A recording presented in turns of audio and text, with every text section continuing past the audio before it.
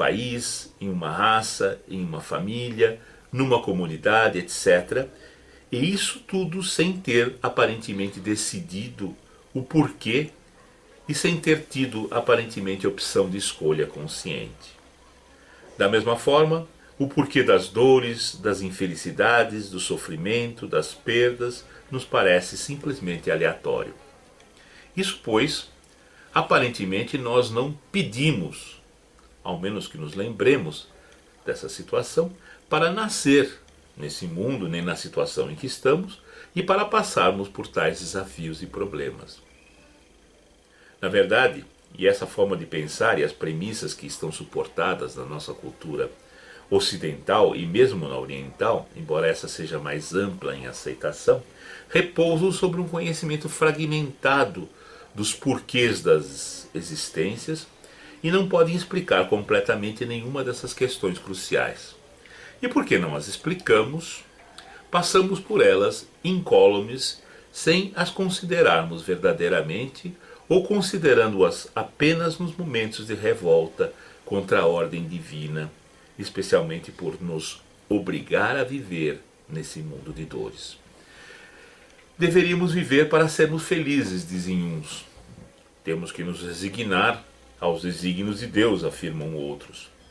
Os livros sagrados anunciam e justificam, afirmam ainda outros. Já estamos salvos, auguram outros mais. Mas ninguém penetra na verdade e no porquê das coisas.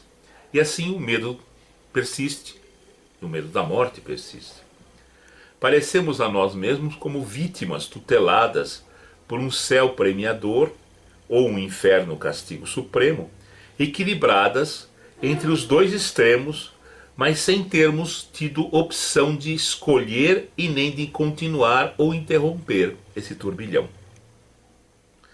Toda essa visão derrotista, autopiedosa, amargurada, revoltada, acontece porque nós precisamos de meios de nos unirmos a Deus sem lembrarmos que já estamos unidos a Ele. Isso tudo porque não temos consciência do porquê de existirmos dentro desse plano divino.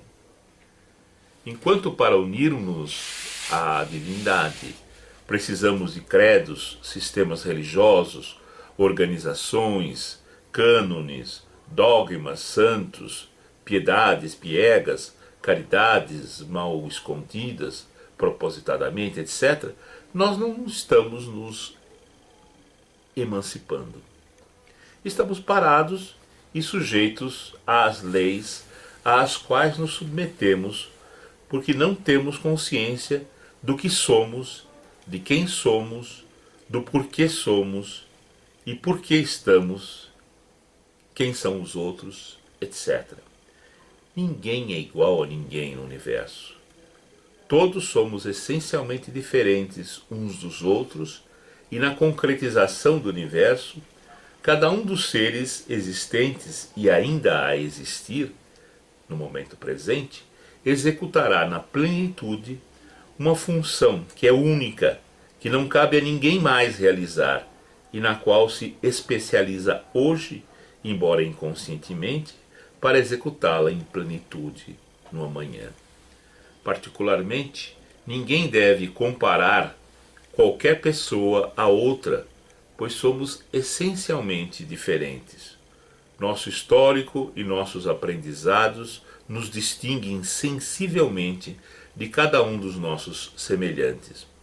A consideração a respeito da divindade e de toda a hierarquia de seres que está inserida entre nosso nível evolutivo e o nível máximo divino não deveria ser privilégio de religiões, mas sim da ciência e da pessoa comuns.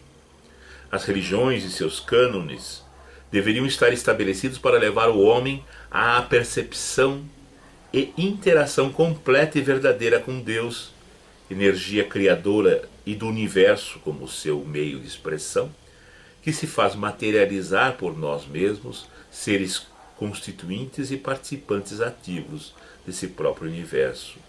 O conceito de humanidade terrestre é restritivo, bem como o conceito de moral, assim como milhares e milhares de conceitos que fecham a consciência em vez de abri-la às grandezas de suas próprias possibilidades.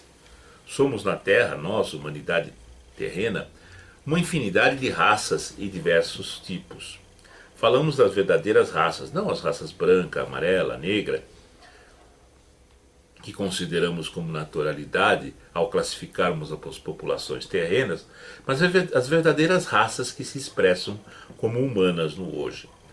São os extraterrenos encarnados, que, em função das suas diferenças de origens, correspondem a uma infinidade de possibilidades de seres que transitam em escala terrena. São os seres etéricos encarnados no plano físico ou encarnados em plano não físico e que desempenham já atividades dentro do realizar, enquanto nós, grande maioria dos seres de conotação astral, ainda aprende emoções e sentimentos como seu grande desafio.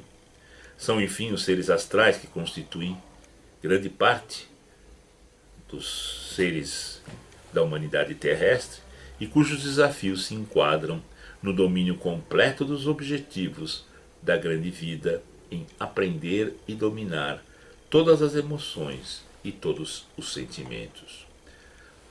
Tudo é aprendizado. O próprio ser é, em todos os aspectos, energia em toda a sua constituição. O ser que é luz e energia em seu contexto adota as expressões mais densas em energia e aquela da matéria em especial, com o objetivo de aprender a dominar todos os meandros dessas frequências energéticas. Assim, o consciencismo considera os fatores internos e externos que atuam sobre o ser e sobre a pessoa como ser hoje. O corpo astral tem a forma do corpo físico do ser.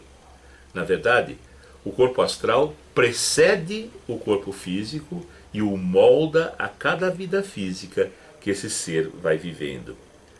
O corpo astral existe em matéria astral, que é muito mais sutil que a física e permanece durante toda a grande vida com o próprio ser, com o espírito, moldando-se adequadamente a cada momento dessa própria grande vida e especialmente em todas as situações em que essa essência tem um corpo físico, de forma a manter a sintonia máxima com esse próprio corpo físico, ou seja, tendo em última instância a mesma forma desse corpo físico. A essência astral tem, entre outras, a função de conduzir adequadamente seus dois corpos, o astral e o físico, e moldar o corpo astral adequadamente ao corpo físico em cada existência física do próprio ser. Por efeito dessa interação, tudo que está marcado no corpo astral tem condições de se projetar para o próprio corpo físico. No corpo astral, o corpo astral deveria ser completamente homogêneo e sem qualquer marca ou mancha em qualquer situação. No entanto, essas manchas são muito comuns e responsáveis por um grande número de processos de propagação de uma vida a outra. Vamos falar da propagação através do corpo astral. As manchas. Como que funcionam as manchas do corpo astral? Desarranjos físicos vão, via de regra, e são, via de regra, precedidos e provocados pela projeção de manchas que estão até então apenas no corpo astral e que se projetam para o físico quando uma situação apropriada para essa projeção ocorre. As manchas se situam nas regiões do corpo astral que têm correspondência com o corpo físico, seja a cabeça, o pescoço, a nuca, o peito, os braços, a região do abdômen, as pernas, as costas, as partes genitais, etc. Centenas de obras da literatura espiritualista trazem descrições das manchas em seu conteúdo, cores, etc. Seria importante mencionar o descrito por André Luiz, através de Chico Xavier, em duas de suas obras, também por Lydie Bitter, por Luiz Sérgio, entre outros, e que devem se tornar do conhecimento do postulante a terapeuta por regressão e constituir seu guia em todo o processo de atuação sobre os problemas físicos que operam sobre o ser. As manchas são visíveis pelo próprio regressante ou por um sensitivo que esteja acompanhando o próprio processo da regressão. É fundamental que o condutor do processo dê oportunidade no transcorrer do processo a que o regressante perceba o seu corpo astral e as manchas que nele existam. 70% dos regressantes têm condição de perceber o seu corpo astral, especialmente nas situações de intervidas que estejam sendo acessadas, e daí trazer essa percepção para a própria situação na vida atual e do agora. O nível de sensibilidade que caracteriza o processo da regressão é via de regra suficiente para, ao lado de revelar o histórico de alguém, revelar também o conteúdo do corpo astral do regressante e as manchas que estejam gravadas nesse mesmo corpo astral. É fundamental que o terapeuta por regressão considere absolutamente tudo que provenha da regressão e possa ligar os fatos com muito cuidado e de forma a mais adequada e abrangente, sem interpretações que provenham somente dos seus modelos pré-estabelecidos, mas tomando em consideração aquilo que o processo com aquele regressante esteja trazendo. O regressante deve ser ajudado a perceber as manchas que existam em seu corpo astral e que persistem e como elas estão no hoje. Intensas, fracas, claras, escuras. Essas podem ser de tamanho e intensidade as mais variadas, bem como de tonalidades claras, escuras ou muito escuras.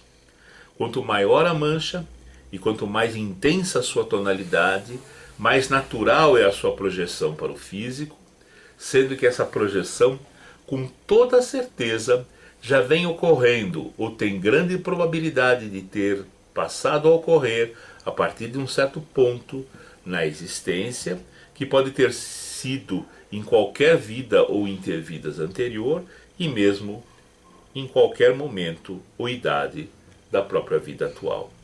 Uma mancha é um centro desarmonizado de energia no corpo astral do referido ser. A mancha se estabelece pois o corpo astral em determinado momento se carrega de energias emocionais negativas exatamente nas posições em que o seu corpo astral tenha sofrido qualquer desestabilização, o que corresponde via de regra à região do físico que tenha estado envolvida no processo. Todos nós, via de regra, temos manchas em nosso corpo astral, em muitos e muitos pontos, sendo mesmo raro quem não as apresente. Durante a regressão, as manchas são vistas ou intuídas pelo regressante ou pelo sintonizante, participantes do processo. As manchas são dinâmicas em seu aumentar e diminuir de intensidade. Expressa em tamanho, cor e outras características. A mancha pode diminuir ou mesmo desaparecer se as energias que as estão determinando forem adequadamente manipuladas e transformadas. A mancha tem uma determinada gama de energias impregnadas e quando o ser, e essa pessoa em particular, entra em interação com energias da mesma natureza, que é aquela que estão marcadas em tal mancha, essa tem condição de aumentar de intensidade ainda mais. Quando a intensidade da mancha suplanta a resistência que o corpo astral tem àquele tipo de energia que a caracteriza, essa mancha se projeta para o corpo físico. Com essa projeção, um alívio importante do corpo astral ocorre como consequência, em detrimento do corpo físico. Essa drenagem energética, em função da intensidade da descida energética desde o corpo astral ao físico, pode causar distúrbios no corpo físico associados a esses desarranjos. A dor e os processos de deficiência de saúde são então consequências desse processo de drenagem.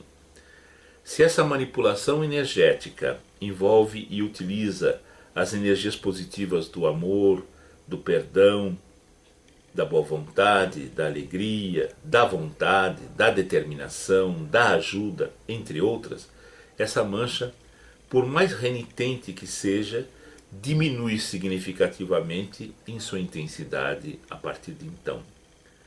A ação da energia luminosa em suas frequências diversas e na forma de visualização, como indicado mais para frente nesse nosso curso, é fundamental para dissipar a mancha desde que o ser tenha consciência de sua existência. Algumas figuras que nós vamos apresentar e esquemas que fizermos, vamos nelas representar as manchas no corpo astral, conforme foram percebidas durante as regressões e a sua evolução durante o processo de visualização. O processo de visualização é muito rápido normalmente e faz com que a mancha, mesmo intensa que ela esteja, se reduza significativamente e venha mesmo a desaparecer. Tomar conhecimento da existência de uma mancha situada no corpo astral de um regressante, conhecer como ela se projeta para o físico e que fatores influem nessa projeção, bem como que energias internas e externas são capazes de a eliminarem, é uma vantagem enorme para o regressante a partir de então. A própria antecipação da projeção de uma mancha que ainda não tenha se manifestado, mas que disponha de potencial significativo para vir a se manifestar, é possível e passa a ser elemento importante que a regressão permite prever e antecipar e, portanto, atuar sobre ela. Assim pode se tornar possível a modificação do próprio curso de fatos, que teriam toda a condição de desembocar em um distúrbio no físico, tão mais grave quanto mais intensa a respectiva mancha. A existência das manchas explica, em boa parte, por que alguns apresentam doenças já na mais tenra idade ou de nascença, enquanto outros vivem longos anos sem o mínimo problema de saúde. A respeito das manchas, é importante então saber que elas são mais frequentes do que nós normalmente consideramos.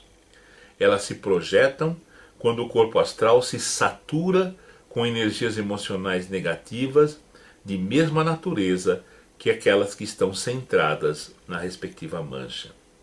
É importante e muito positivo, então, considerar que tais manchas já vêm causando doenças, quiçá, há diversas vidas nesse mesmo ser e podem, mais uma vez, provocar esse mesmo tipo de efeito e, principalmente, em sabendo isso, que elas devem ser eliminadas em vez de serem deixadas drenarem-se para o físico. A fixação de uma mancha no corpo astral, sua propagação e aumento dependem fundamentalmente do estado consciencial do próprio ser. Baixo estado consciencial cria condições favoráveis para que manchas se implantem e permaneçam. Altos estados conscienciais libertam por si mesmo e não contribuem para que as manchas se fixem no corpo astral e muito menos se projetem para o físico. Algo sobre a forma das manchas. A literatura espiritualista, de forma geral, e a bibliografia desse nosso livro, em especial, e do nosso curso em particular, contém um acervo considerável de menções ao aspecto, formato, forma das manchas astrais.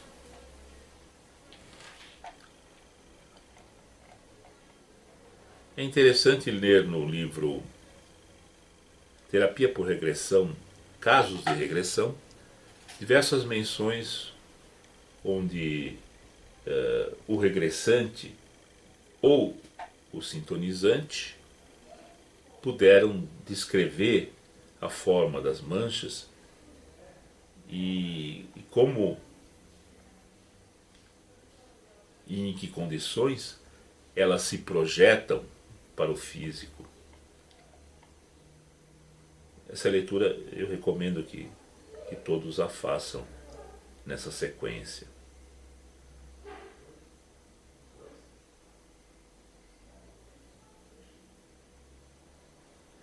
Vamos falar um pouco dos códigos do corpo mental.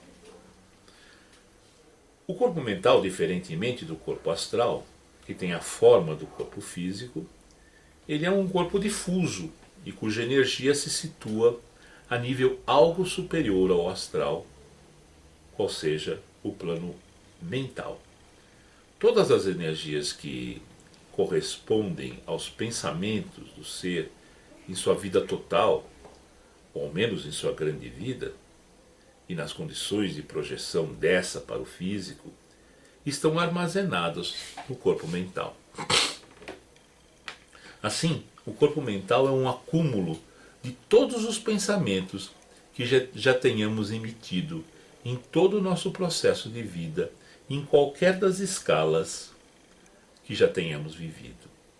Trata-se de um imenso banco de dados do nosso ser, que serve a nosso eu superior em todas as escalas que esse já tenha vivenciado. No que concerne à vivência do nosso espírito, que é uma parcela da vida do nosso eu superior, ele condiz com o processo de grande vida por inteiro, contendo todos os dados referentes a pensamentos transformados ou não em ações do nosso ser como um todo, incluindo períodos encarnados, desencarnados, períodos de vigília, de sono e em sequência ininterrupta até o momento atual. Assim, esse banco de dados plasmado em energia mental gravita ao nosso redor no espaço energético do nosso ser, junto a ele como um ovoide ao redor do nosso espírito. É evidente que o nosso espírito, pelo estado consciencial que desfruta em quase todo o processo de grande vida, e mesmo se estamos como seres extraterrenos, estagiantes, no espaço astral, geralmente não temos meios de percepção para decodificar as parcelas desse banco de dados que corresponde a pensamentos e vivências que não sejam apenas aquelas vividas em nosso processo astral. Elas ficam acumuladas em setores do corpo mental que não são acessados normalmente. A analogia é a mesma em vida física. Como sabemos, na nossa vivência habitual de vida atual, só temos lembrança de fatos dessa nossa vida atual, raramente fugindo dessa regra geral. Temos acesso, via de regra, à memória do nosso corpo físico e do nosso corpo mental no que concerne à vida atual, principalmente.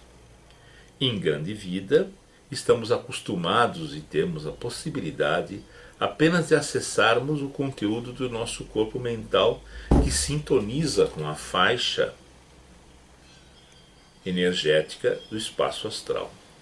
Assim, as informações do corpo mental que não condizem ao processo de grande vida não são, via de regra, acessados por nosso espírito. Todo o restante o é. Dentro do corpo mental, tomado então como esse ovoide em energia mental, disponível ao nosso